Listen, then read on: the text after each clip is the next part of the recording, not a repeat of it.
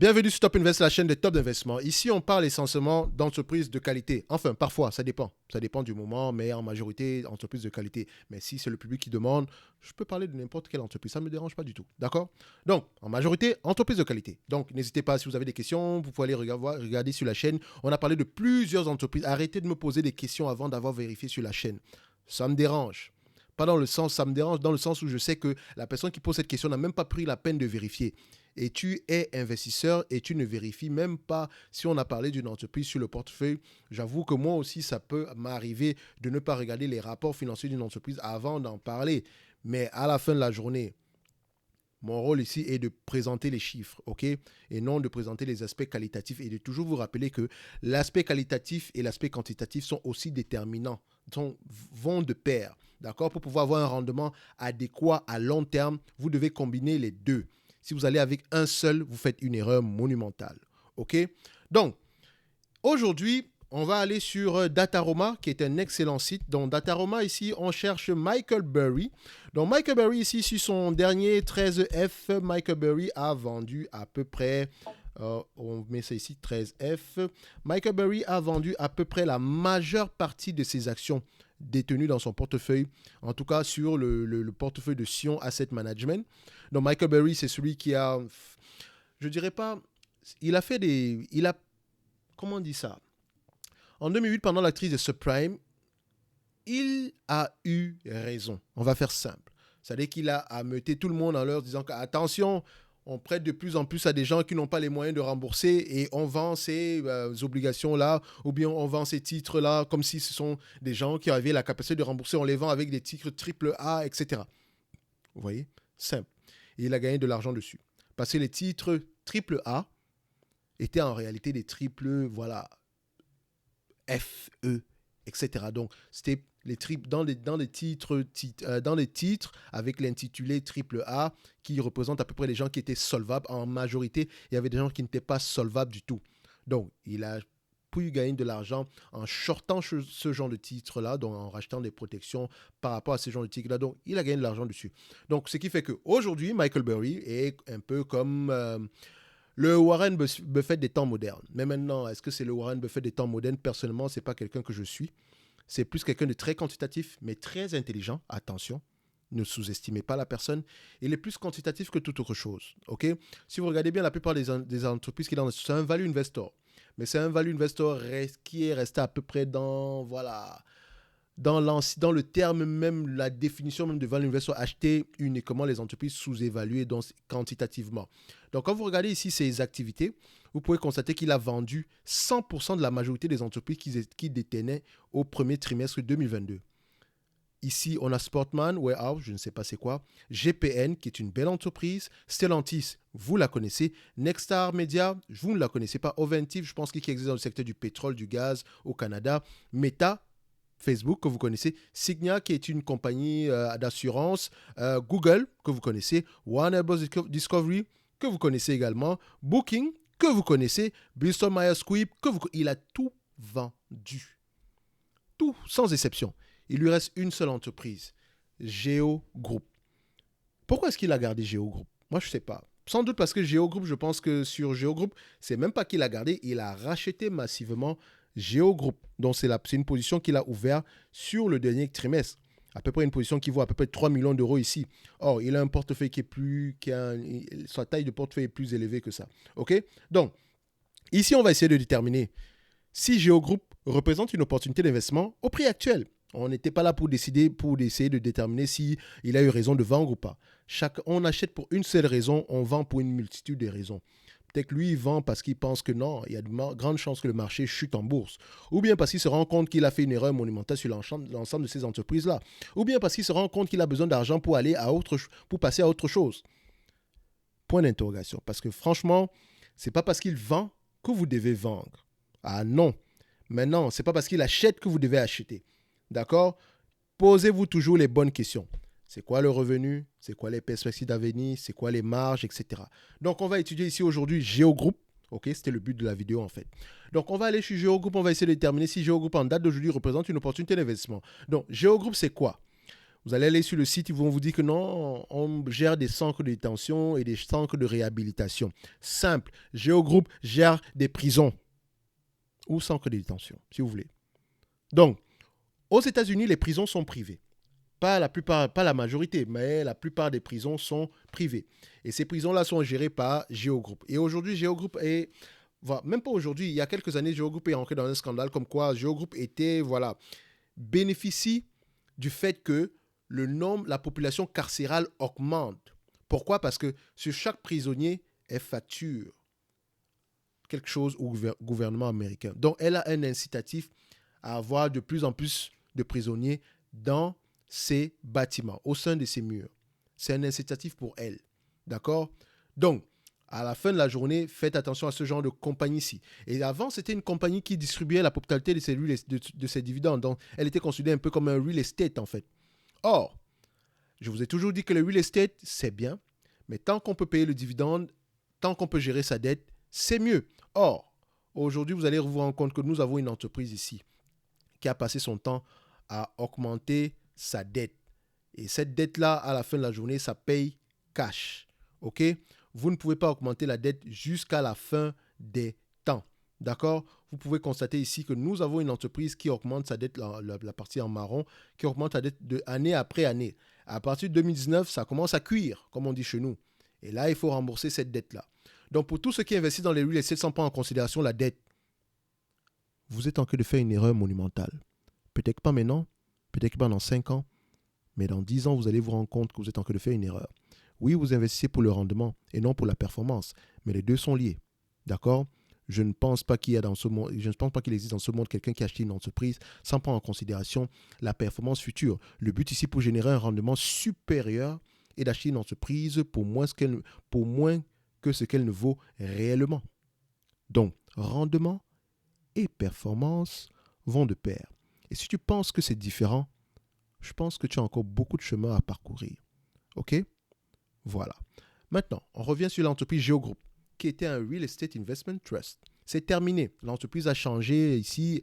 Elle a décidé maintenant d'être une C-Corp, donc maintenant à payer des impôts et à distribuer du capital si elle le veut ou pas. Alors qu'avec le Real Estate Investment Trust, vous étiez obligé de distribuer 90% de vos bénéfices nets. Pas des free cash flow ou bien des AFFO. C'est ça le piège. Bénéfices nets. Vous pouvez avoir des bénéfices nets moins élevés que les AFFO. OK. Donc, on va aller sur l'évaluation ici rapidement. Donc, nous constatons aussi déjà, premièrement, quand on arrive sur l'entreprise ici, donc, on va déjà voir, est-ce qu'on a une entreprise qui augmente ses revenus année après année? C'est la première chose qu'on doit regarder. Est-ce qu'elle augmente ses revenus? Voilà, ça va. C'est la partie en jaune. Donc, les revenus augmentent de 5,96% sur le max d'année, plus de 20 ans ici aujourd'hui. Sur les 10 dernières années, nous avons une croissance des revenus de 1%. Sur les 5 dernières années, on a une décroissance de moins 89%. Sur les 3 dernières années, on a une décroissance de moins 1%. Donc, la croissance tend à diminuer. OK? La croissance tend à diminuer. Est-ce que les marges également vont dans le même sens? C'est la question que vous devez vous poser. OK?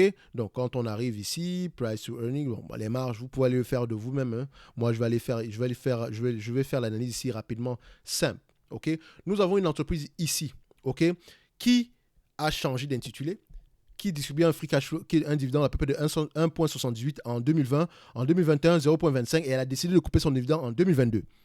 C'est la raison pour laquelle l'action chute en bourse massivement parce que les rats quittent le navire. Vous n'êtes pas des rats, mais ceux qui investissent uniquement en regardant le dividende sans prendre en considération la qualité même de l'entreprise, c'est eux les rats. D'accord? D'accord? C'est eux, ce sont eux, donc c'est comme vous voulez. Vous décidez ce que vous voulez. Le français, il est élastique. Le français François, il a changé avec le temps. Donc, je reviens ici. Celui qui veut corriger, corrige. Moi, je suis là pour apprendre de toutes les façons. Je ne suis pas là pour uniquement... Voilà. Je veux également apprendre. Je sais que j'ai des limites en français, mais je me débrouille. Donc, on arrive ici. Nous avons Géogroupe. Selon les analystes ici, on prévoit à peu près 2,45$ en 2022, 2,32$ en 2023 et 2,48$ c'était en 2028. Donc, disons qu'on attend 2,32$. OK? 2,32$ ici à 17 fois les bénéfices. 2,32$ à 17 fois les bénéfices. Pourquoi je veux dire 17 fois les bénéfices? Ah ben c'est simple. cette compagnie détient la plupart de ces murs. C'est sûr qu'elle a des problèmes temporaires. Et également, vous n'êtes pas certain que le prix actuel n'inclut pas déjà la dette. C'est la raison pour laquelle vous allez voir que le price to AFFO est de 8 fois les bénéfices. Donc, à ce niveau, sur la ligne en bleu, c'est 8 fois les free cash flow. Et le price to, voilà, si vous allez regarder le price to earning ici, nous sommes à peu près à combien? À 15 fois les bénéfices. À 15 fois les bénéfices, nous sommes par là. OK?